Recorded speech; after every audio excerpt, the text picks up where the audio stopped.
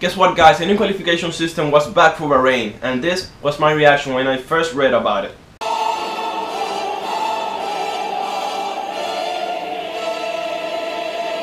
No, God! No, God, please, no! No! No! No!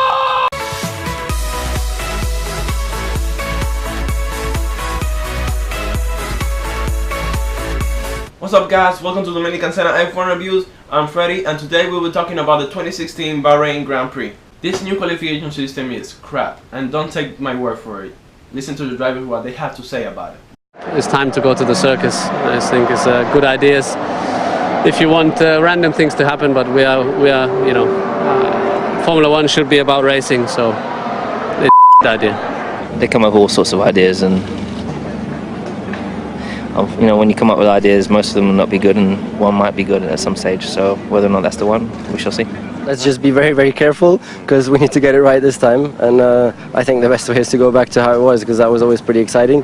We'll give it a go. That's all we can say, really. It's better than this one. I think everything's better than this one. I think drivers driving around with one eye closed will be better than this one. So I look forward to change, and that's what's hopefully coming.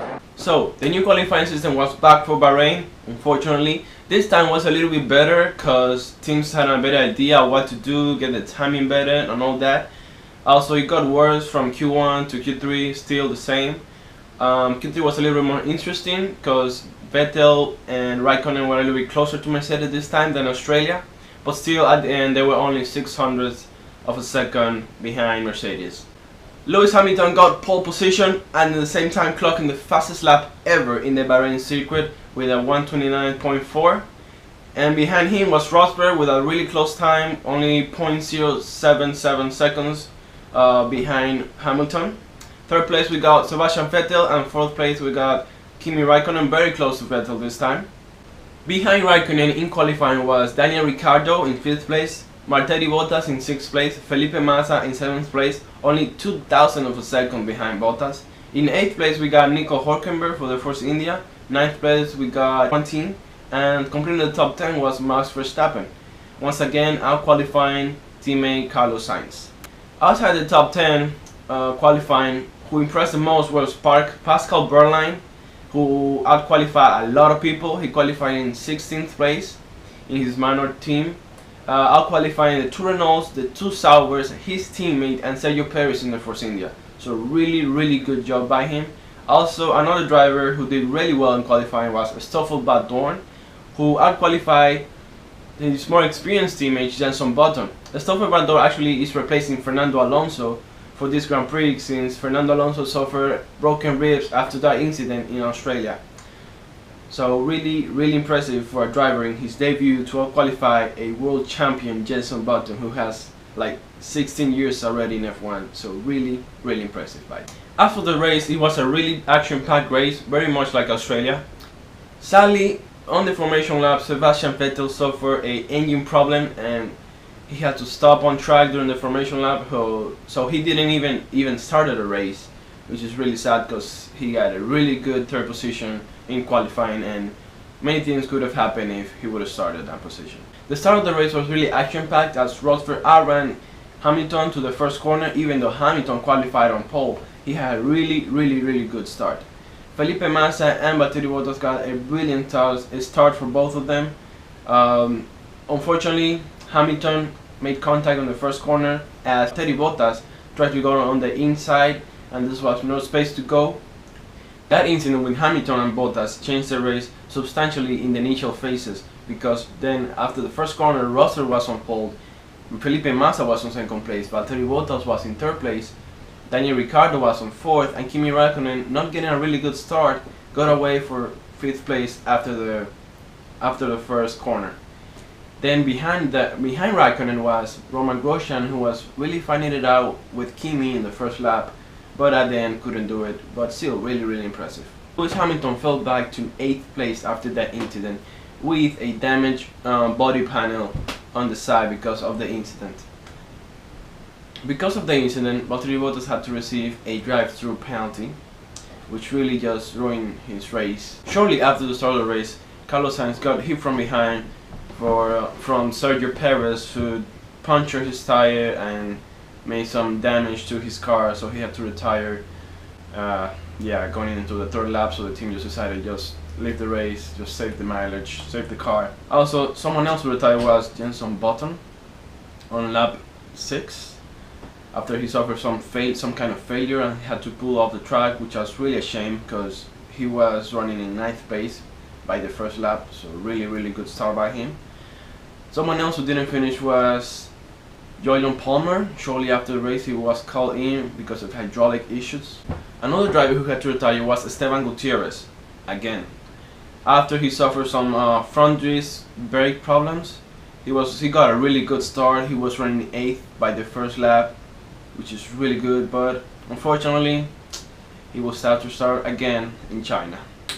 After falling back from 3rd place for Hamilton up to 7th, 8th place by the first lap, he recovered really good.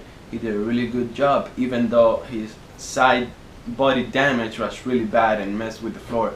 And according to Toto Wolff, that cost him a 2nd per lap, which is really hard to believe because that's a lot of time. And the way he did it and recover and gain positions was really impressive. Rosberg ran by himself the whole race. As soon as he got that clean exit out of turn 1, he completely dominated the race, got the strategy right. Maybe at the end of the race, Kimi Raikkonen started catching him up at the end of the race, perhaps. After a really good start by Valtteri Bottas and Felipe Massa, not so good in the Valtteri Bottas side, but still, it was pretty good. They started falling off pretty quickly after being 2nd and 3rd. Williams was trying to do a 2-stop strategy, but because the drive-through that Bottas had that went nowhere, so they really screwed up, and Massa had to pit really early because there was a lot of degradation on his tires. At the end, that really messed up the race. The Williams didn't prove to be very consistent and good on those tires and on that particular track. So they lost a lot of times, a lot of places on those tires, and on that strategy overall. They were just fighting so much all through. A driver that was driving like a man possessed, as described by Martin Brundle, was Kimi Raikkonen. He was just flying in that Ferrari. He came so many positions. Ferrari got the strategy right every time. His pace was really good on those tires. And any tire he was in was really good. He was really fast, overtaking straight out of the pit stop, smooth, no mistakes, very quick, and that's what earned him a 2nd place finish. Rosberg won the race very easily on the 1st place. He was just clean throughout all the race, and he just won the race. He was really quick. The car was magnificent, no issues at all. 3rd place was for Hamilton, who had an amazing recovery after that incident and that damage on his car to come home 3rd place, although it was disappointing because he got that amazing lap the day before in qualifying. 4th place was for Daniel Ricciardo, who qualified 5th. He drove a really good race, smooth, no mistakes, very much like Australia. And guess who was on 5th place? Roman Grosjean for F1 Haas team, impressing once again. The strategy of that team is so good. They just get it right. They've got it right in Australia, and they got it right again in Bahrain. And apart from the strategy, that car was really good on the braking, acceleration, everything. He was just flying through there. He was so happy, and I'm so happy to see them doing very good in 5th place. 6th place was Max Verstappen. We drove a really good race, being very quick. If he would have had a really good start, much better than he did, which was okay, I'd say. Maybe he would have been a little bit up higher, but overall it was a really good race. And he went to the super soft on the last stint, which that gave him a lot of time, and he could get a little bit closer to Roman Grosjean.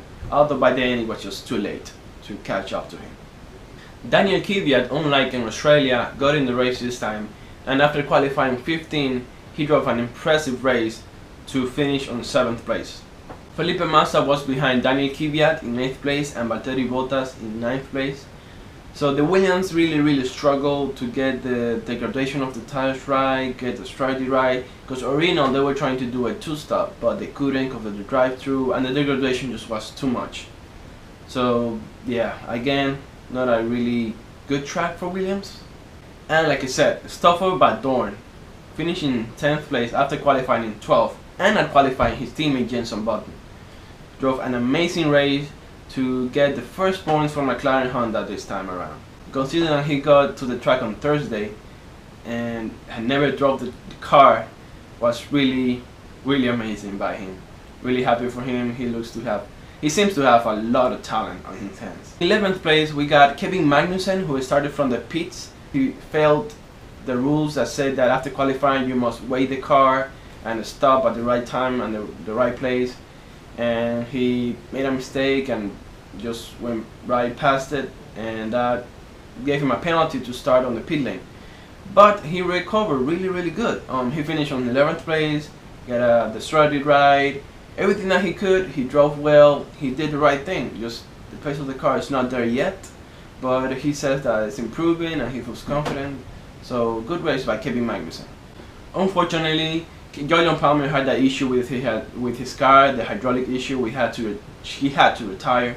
So yeah, who knows? But I doubt. They would have been really close together. Marcus Ericsson finished in 12th place, driving really good, especially on the last part of the race where he was really fighting it out and defending his position from Pascal Wehrlein, which was also really good. So yeah, on the end stages, like on the end of the race, he was really fighting to get that position because Pascal Wehrlein was catching him very fast. But by the end it wasn't enough, and Marcus Ericsson got that 12th place. But even more impressive was Pascal Wehrlein, who finished in 13th place after qualifying in 16th. So really impressive drive. He overtook a lot of Force Indias.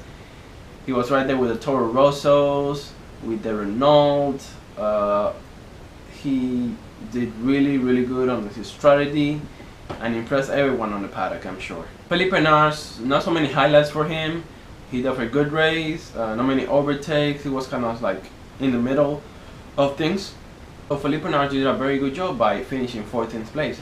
Although Marcus Ericsson did much better, and he had more highlights, I would say, in the race because he was defending against Pascal Wehrlein in the end stages. So that got a little more publicity there. Nico Hülkenberg and Sergio Perez, not their race this time around. Sergio Perez with that puncture to Carlos Sainz, lost a lot of places. Then Hülkenberg fell back from 8th, very bad. Their pace wasn't there. The degradation was really high on their cars. Really disappointing to see them finish 15th and 16th. And lastly but not least, Rio Haryanto. Unfortunately, he finished last, finished 17th. Yeah, it's something like Marcus Ericsson and Pascal Wehrlein, who had the highlights because they were fighting it out with each other, catching people, overtaking. Meanwhile, Rio Haryanto was kind of on the back, you know, just driving his own race at the back. Not many highlights for him. At least this time he got to finish a race and have some more experience in the car.